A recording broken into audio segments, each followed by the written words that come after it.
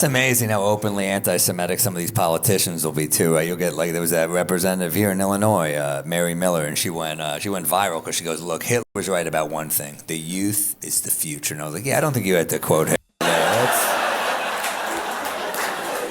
That's a pretty widely held belief. I don't think that was a Fuhrer exclusive, but."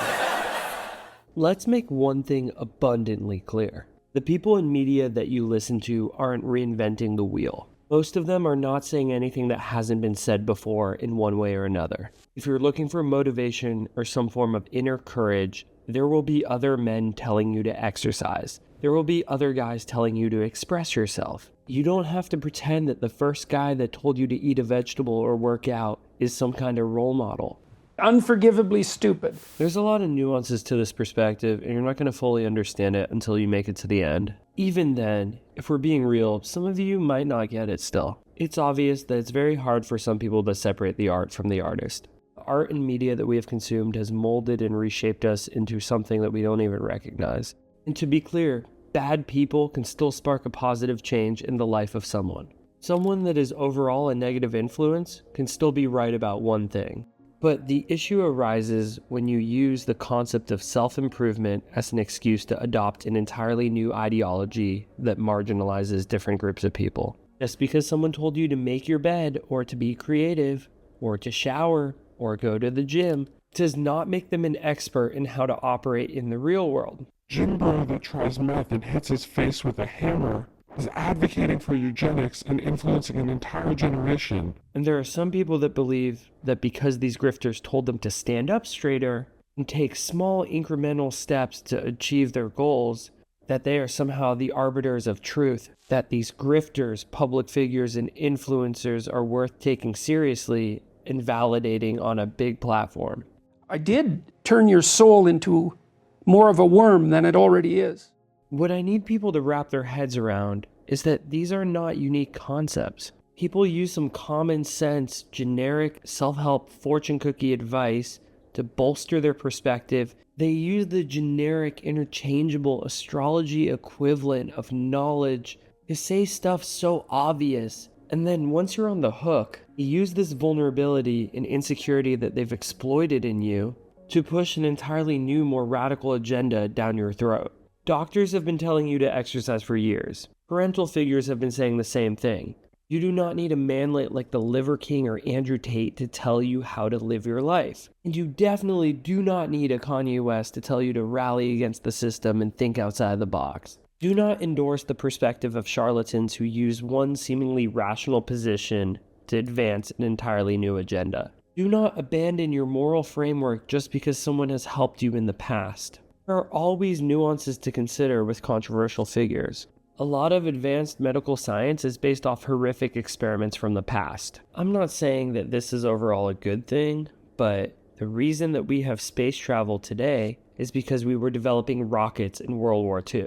And ironically, dudes like Gandhi were actually racist as hell. No, I'm serious. If you didn't know that already, look that up. I'm trying to find a reasonable balance by not downplaying the achievements of historical figures who shaped our world, but I also think it's important to hold people accountable in the present. For all the he made graduation memes, Kanye has not done anything nearly as meaningful as the historical figures in the past. This is going to make some of you really mad, but he actually hasn't done shit. Sure, he inspired some people to be creative. And yes, he innovated the genre of hip-hop and gave a voice to the voiceless. When it comes down to it, none of that is worth sacrificing the human rights of others. You can still like a lot of his music. You can still enjoy music that you like. You can separate the art from the artist. But everyone is doing gymnastics in their head to justify all this as some net positive. Like they're doing the world a service by empowering Kanye. And some of you are going to be like, wait, he apologized. Everything is forgiven, which coincidentally very much coincides with the release of his next album. I know correlation doesn't equal causation, but you can mark with a graph the hate crimes that have increased as Kanye has made his anti-Semitic remarks. And even if he has apologized for one thing, he's still accused of severe crimes and has openly confessed to hitting his previous partners in the past. He's not someone whose opinion should be celebrated. You certainly should not dismiss his opinions as, well, I don't agree with everything that he says, but you know, he makes some good points. and I believe this to be the case, is that you just have failed developmentally. Neurological evidence in that regard is quite clear. That is the most cowardly approach. Like, I'm sorry, does that feel good to say? I understand that it must be hard for you to part with art that has meaningfully impacted your life, and you want to find a way to rationalize why you should still be listening to it. But by saying a statement like, I don't agree with everything he says, but what you were in essence doing is minimizing the impact of those other statements that are really problematic. And you are saying you are okay with the majority of the things that this person represents. Let's be transparent. We can be for real. Dude, I fell in love with Kanye's music. I feel like a lot of people did. When he crypto scams his fans or doesn't pay his workers, I'm not going to pretend like this was some 4D chess move that was going to reinvent the fabric of society and make the world a better place. No, he's shown his true colors time and time again. This wasn't just a singular moment that blew up. I'm not going to say their names in this video. Kanye brought figures like to the forefront. He put neo in charge of his businesses. Actions speak louder than words. Kanye was once the richest black man in all of America. And instead of just paying one ad in the Wall Street Journal and holding one dude's hands, he could actually devote some portion of his money to positive change. It would be literal pennies for him to put a fraction of his wealth to try to achieve some tangible good. Yeah, well, you try not to make the mistakes of the past. That's the usefulness of history, the limited usefulness of history. The biggest mistake from the past that we keep making is looking at the past. Everyone's just saying the quiet part out loud now. Someone gives you genuinely good advice and tells you to follow your dreams. That's so sick. But I guarantee that the person that told you that isn't the only supplier of that advice. There are other dealers. Many of them actually care about you. Many of them are not crypto scamming you or telling you to buy a STEM player. At the end of the day, I understand that it's hard for people to sever ties with their influences. That being said, I wish some people had a little bit of a backbone. I don't know, I'm just disappointed in A$AP Rocky. I know he's amended some of his statements in the past, but I'm a little disappointed in Chance the Rapper. You can still advocate for independent thought, while also championing the rights of individuals that are hurting.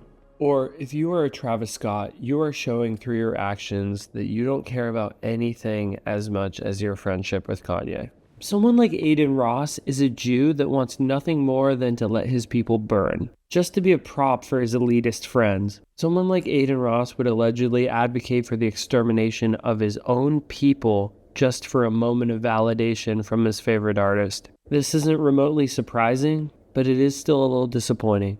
Someone with such a massive platform, and yet they bow down to someone that wishes they were dead. Here's what the quote, "I don't agree with everything he says," really sounds like. For one, it's vague and ambiguous to avoid any specifics. But also, if these people truly cared about Kanye's best interests, they would be holding him accountable and making sure that he gets the help that he deserves. They wouldn't dismiss his actions. Even though he's uncoachable, it could guide him towards solutions. So yeah, this is an unpolished rant. I'm just dismayed by how quickly people are to adopt a new father figure that's just an online personality that doesn't care if they live or die. In the future, I'll organize my thoughts and make a more refined video on this topic. But for now, I think that we should bring back shame. Not in a kinky way, unless you're into that. But if there's a shitty person in your life that has made an impact on you and you can't get rid of them, then own it. Say it with your chest, stand behind what they stand for, fully disavow what they believe in, or shut the fuck up. Love you. Final note, I firmly believe in rehabilitation, and I think that when there's an actual earnest effort to rehabilitate, I welcome that change from any public figure. But a few social media posts and one paid ad do not go far enough to address the material harm that has been caused by individuals like Kanye. I sincerely hope that I'm wrong, but right now, Kanye's apology still feels like a PR stunt. I do genuinely believe on some level he feels bad for his actions. However, I don't think he truly feels bad enough to actually do much about it. True accountability would be putting himself in a vulnerable and uncomfortable position. I don't think his ego would even allow him to understand that if someone were truly the best artist, they wouldn't be advocating for the 1940s to come back. And I'm not talking about statements he's made publicly. I'm talking about the messages of his music. Taking us back to an antiquated time period is not innovative, it's regressive. Not only is it abhorrent, for so many obvious reasons, but it's old and played out. You cannot make fascism sexy. So either embrace the fact that you like shitty people, don't try to hide in some semantic fog, don't try to dilute yourself into this false sense of security by being ambiguous about how you support people. I know Kanye's early catalog is one of the best in hip-hop history, but the thing is, there are other great producers out there. He's not the only great producer in hip-hop. You just have to put a little bit of effort in to find other great art. You don't have to make your worldview conform to the guy that made you feel good when you were 12. You will likely outlive your heroes. This has been an open secret in the industry, but Ye's been on his Yitler run since 2018. It's been almost a decade of this. There's no way some people didn't know about it. Candace Owens was making Kanye cameos 7 years ago. And if we're being real, he's been compromised way before that. I'm sympathetic to mental illness, but I'm also empathetic to the people that are actually harmed from his actions. What I struggle with right now is that I think that Kanye would continue his antics if he thought that it was viable financially for him. Ask yourself right now, if Kanye didn't face repercussions and thought that he would still be able to maintain a solid social life while still being a bigot, do you think he would actually change out of the goodness of his heart?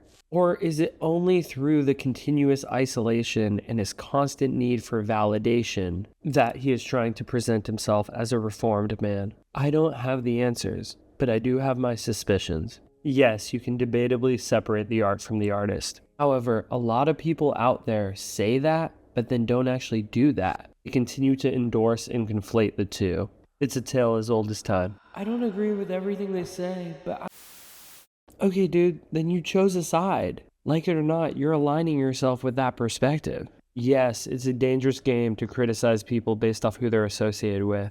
And some of y'all out there are probably 2 degrees of separation away from the Epstein list. But some of the people out there are fair-weathered friends, both to whatever controversial figure they are endorsing, but also to the friends of theirs that are hurt by the actions of that controversial figure. You will likely outlive your heroes. This has been another Ironic Media Late Night Rambling.